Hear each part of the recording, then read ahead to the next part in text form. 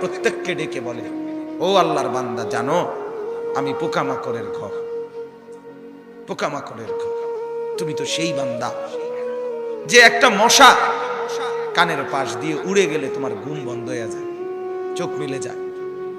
একটা মশার গুনগুন আওয়াজ সহ্য করতে পারো না।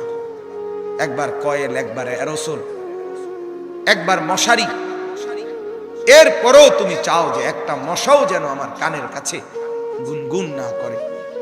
তো 5 ঘন্টার ঘুমের জন্য, 6 ঘন্টার ঘুমের জন্য বান্দা এই যত্ন নিলা, অনন্তকাল কিংবা বছরের পর বছর কবরের যে ঘুম দিবা, পড়ে থাকবা সেই ঘরে পোকা মাকড়ের ঘর।